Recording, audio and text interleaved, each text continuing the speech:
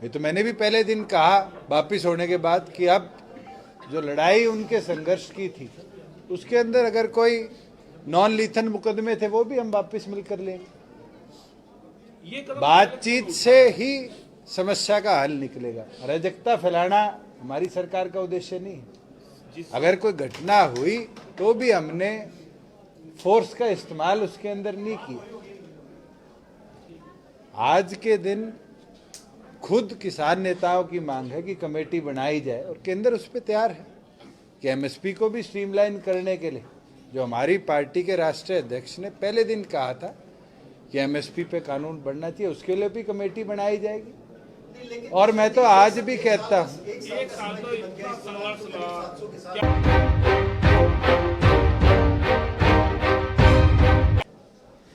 जननायक जनता party के स्थापना दिवस में ज़्यादा से ज़्यादा पार्टी के एक्टिव कार्यकर्ताओं को लाने का काम करें। पिछले दिनों संगठन ने एक मुहिम भी चलाई थी जिसके अंदर 45,000 एक्टिव कार्यकर्ता 90 हलकों में हमने बनाए थे। और अब हमारा यही उन 45,000 साथियों से आग्रह है कि आप अपने साथ ज़्यादा से ज़्यादा साथियों को लेकर झज्जर पहुँचे और जिस प्रकार से 2018 में पार्टी का निर्माण किया गया उस नीति को पार्टी कहाँ तक पहुँचा पाई है और आगे कैसे लेके जाना है, उसके ऊपर कैसे काम करना है। हमारे राष्ट्रीय अध्यक्ष डॉक्टर अजय सिंह चौटाला जी के विचार सुनकर उसके ऊपर साथी काम भी करने का कार्य। पिछले 2 सालों में भारतीय जनता पार्टी और जननायक जनता पार्टी के गठबंधन ने मिलकर प्रदेश हित में और प्रदेश के लोगों के कैसे, चाहे उनकी जीडीपी, उनकी इनकम, उनके व्यवसाय कैसे सुधारे जाए, अनेक कदम उठाने का काम किया। और आगे कैसे 3 साल हमें और कार्य करना है, इसके ऊपर भी फिर आने वाले समय में जो कार्य दिशा निर्देश हमारे राष्ट्रीय अध्यक्ष के होंगे उसके ऊपर हम मिलकर काम करें। मैं तो बधाई दूंगा सारी बहनों को जिनके लिए कल प्रदेश सरकार द्वारा एक ऐसा तोहफा दिया गया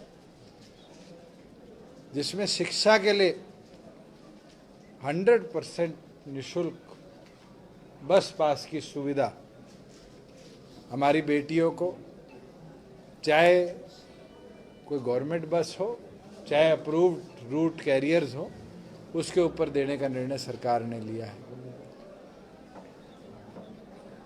और उससे हमारी बहनों को तो सुविधा मिलेगी मिलेगी।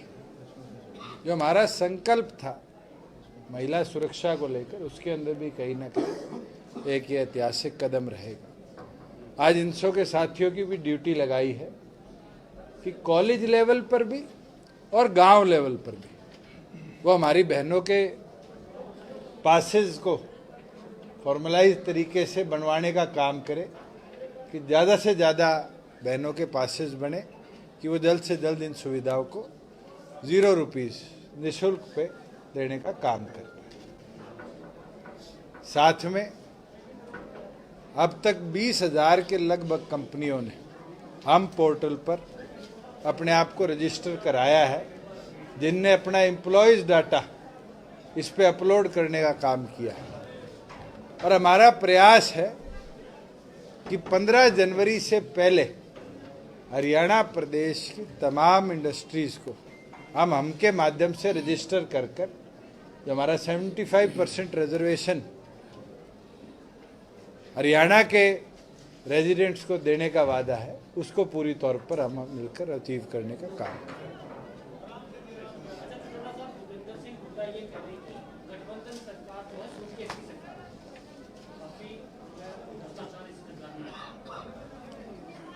वो लोग आरोप लगाते हैं जो पूरे दिन सूटकेस लेके जमीन की दलाली किया करते थे।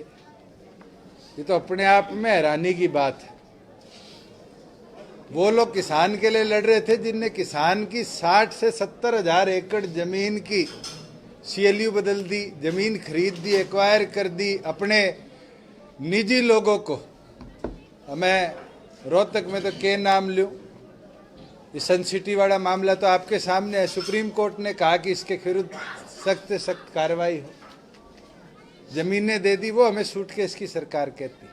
हमारे सरकार में तो एक केस सूटकेस का सामने आया और वो एक HCS अफसर था, उसको हमारी सरकार ने बचाया नहीं, सलाखों के पीछे भेजने का काम किया और उसकी इंक्वायरी के स्कोप को बढ़ाने का काम किया। अगर कोई पेपर लीक होने की बात आई तो उसके अंदर मामले को बंद नहीं किया।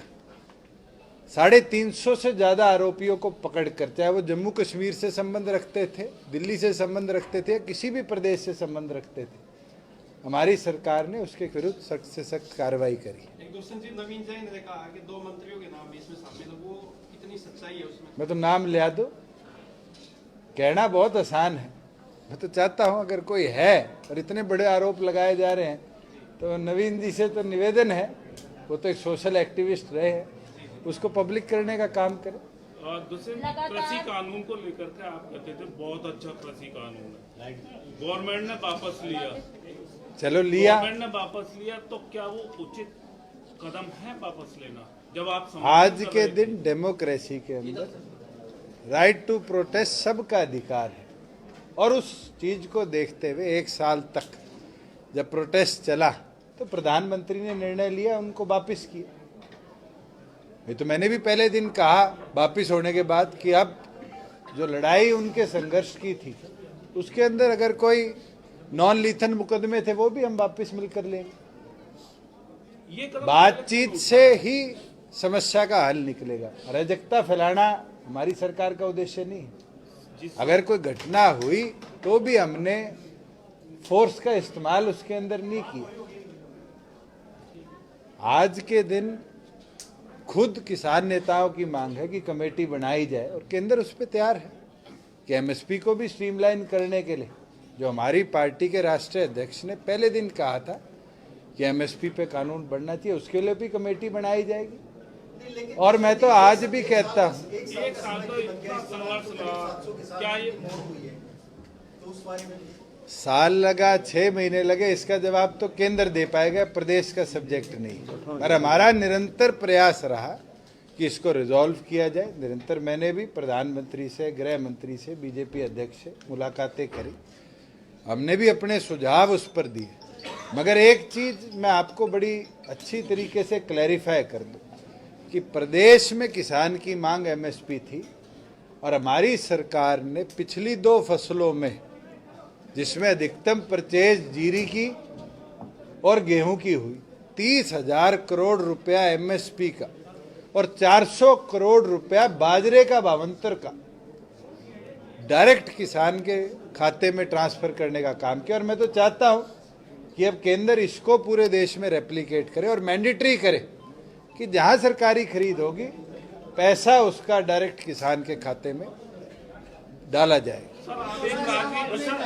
मुकदमे में हरियाणा में सबसे ज्यादा दर्ज है और जो किसान मारे गए मृत्यु हुई है उनके लिए मुआवजे की मांग करे। हरियाणा सरकार क्या कदम बढ़ा रही है? कल चर्चा हुई है जिसके अंदर मुख्यमंत्री, बीजेपी अध्यक्ष, हमारे अध्यक्ष, मैं, तावड़े जी, हम सब बैठे थे। प्राथमिक तौर पर चर्चा हमने करी है, किसान संगठनों से आगे चर्चा सरकार करेगी अपने लेवल पर और जल्द इसके अंदर निर्णय लिया जाएगा। और ये विश्वास दिलाता हूं कि कोई नॉन लीथल एक्टिविटी में इसमें इन्वॉल्व था तो जरूर, मैंने पहले दिन भी कहा था कि हम मिलकर विचार कर उन FIRs को कॉश करने का काम करें। दूसरे जी, मैं ये जानना चाह रहा था, तरीके से संयुक्त किसान मोर्चा अपनी बैठक कर रहा है, लेकिन वही राकेश टिकैत ये कह रहे हैं कि जब तक MSP नहीं होगा वापस नहीं जाएंगे। ये इस पे दुष्यंत जी जवाब नहीं दे पाएंगे।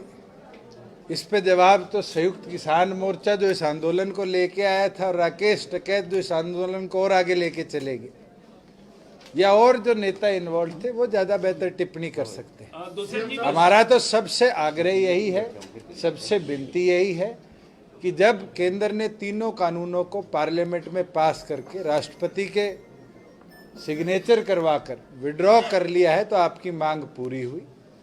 एमएसपी पे केंद्र आज चर्चा करने को तैयार है, आप चर्चा करो, मगर हमारे जो बॉर्डर्स है इनको खोलो, व्यवस्था को सुधारो और अपने घर लौटकर अपनी खेती संभालने का काम करो, आपके संघर्ष की जीत हो।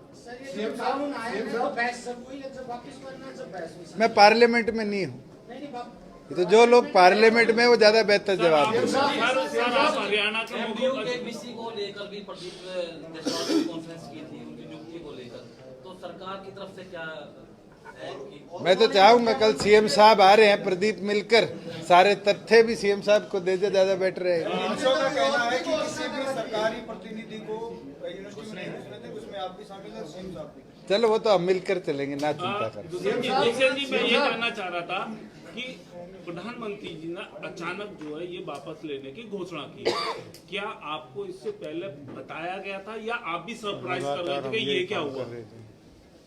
ना ये मैं आपको बताने की सिचुएशन में, ना आप मेरे से पूछने की सिचुएशन जी। मैं तो प्रधानमंत्री का धन्यवाद करता हूं कि जो 1 साल से किसानों की मांग थी उनको उनने माना, और ऐसे दिन माना जिस दिन किसान इस कानून को माना उनके हित में, आप ही का 1 सप्ताह पहले बयान आया था। आप मेरे बयान को जिस तरह रखा गया उसको निकाल के देख लो। मैं तो आज भी कहता हूं कि बहुत सी चीजें इस कानून में थी जिसका फायदा किसान को मिलता, मगर नहीं इम्प्लीमेंट होने दिया। जैसे इंटर स्टेट आपकी खुद की फसल का ट्रांसपोर्ट की बात थी, इस कानून के अंदर ये परमिटेड थी, आज वो परमिटेड नहीं है, क्योंकि मार्केटिंग बोर्ड एक्ट परमिट नहीं करता कि आप दूसरे प्रदेशों का अनाज लाके खरीदो। हमारे टैक्सेशन स्ट्रक्चर परमिट नहीं करता कि आप एक निर्धारित मंडी जहां आपकी फसल बिकनी चाहिए उससे दूसरी मंडी में बिना मार्केट ड्यूटी पे करके फसल बेचो। बहुत सी ऐसी चीजें हैं। मैं तो चाहूंगा आप इतने समझदार पत्रकार हैं कि आप उन तीनों कानूनों को पढ़े, उनके अंदर जो अच्छाइयाँ थी उस पर एक स्टोरी बनाए, छापे, कि एटलीस्ट आने वाले भविष्य में जब एमएसपी पे चर्चा हो तो इनकी अच्छाइयों की भी चर्चा कर उनको भी लाने के ऊपर। आज आपका जींद दौरा है, जींद में भी आपका विरोध सुबह से। विरोध तो सबका अधिकार है, और ये कोई आज से हो रहा है, ये तो राज्य में आप बैठ जाओ उस दिन से होना शुरू हो जाता है। कौन कर रहे हैं उनको तो देखो। ये अभी संदीप बता रहा था, आपके टोल पे अखबार की न्यूज छपी, 21 नाम आए और 20 कांग्रेस के थे। तो जिस प्रकार से पॉलिटिकल स्टंट इसको बनाया हुआ है, उन लोगों का अधिकार है विरोध करते रहे। हमारे संगठन की बैठक और बैठक हम पूरी तौर पर करेंगे। कांग्रेस की बात कर रहे हैं, भूपेंद्र सिंह हुड्डा ने बयान दिया कि इलाहाबाद चुनाव का परिणाम कांग्रेस के लिए अलर्ट है, सोचने की। चलो फिर भूपेंद्र सिंह हुड्डा तैयारी कर ले, हम निंदर सिंह के बाद के उनका नंबर ना लग जाए। सीएम साहब, जिस तरह से एचपीएससी घोटाला हुआ, इसी तरह से वहाँ यूपी के अंदर एक पेपर लीक हुआ। वहाँ 24 घंटे में जो पेपर लीक का सरगना था उसकी जमीन कुड़क कर दी गई। इस तरह की यहाँ कार्रवाई क्या हो रही है, और इसको लेकर विपक्ष काफी हंगामेदार है। अंडर इन्वेस्टिगेशन है। जहाँ तक अरेस्ट की बात आई थी, अनेकों लोग इसमें अभी अरेस्टेड हैं, पैसे की रिकवरी हुई है, कौन कौन किस किस मूवमेंट पे इन्वॉल्व थे उसको हम पूरी तौर पर देखने के बाद ही इस पे कार्रवाई करेंगे। आपके साथ ही रहे नवीन जैन वहाँ गोबर लेकर एचपीएससी के बोर्ड में, और दीपेंद्र हुड्डा आजकल उनकी काफी तारीफ कर रहे हैं। चल मैं तो खुद तारीफ कर रहा हूँ, मैं तो कह रहा हूँ नाम दे दो, हम उन पे भी कार्रवाई करेंगे।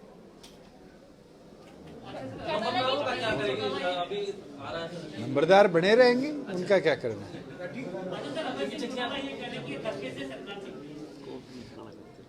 मैं उनको सीरियस पॉलिटिशियन मानता नहीं हूँ। आप बारी बारी ये कहलवाना चाहते हो। ये तो 3 महीने में सरकार गिर रहे थे, 2 साल तो धड़ल्ले से चलेगी और 3 साल और चलाएगी। 3 साल आपकी पार्टी को होने वाले हैं, जो आपके एजेंडा थे पार्टी के, क्या वो पूरे हो पाए? आज मैं खुशी के साथ ये साझा करता हूँ कि हमारे घोषणा पत्र का जो हमारा संकल्प पत्र था, 40%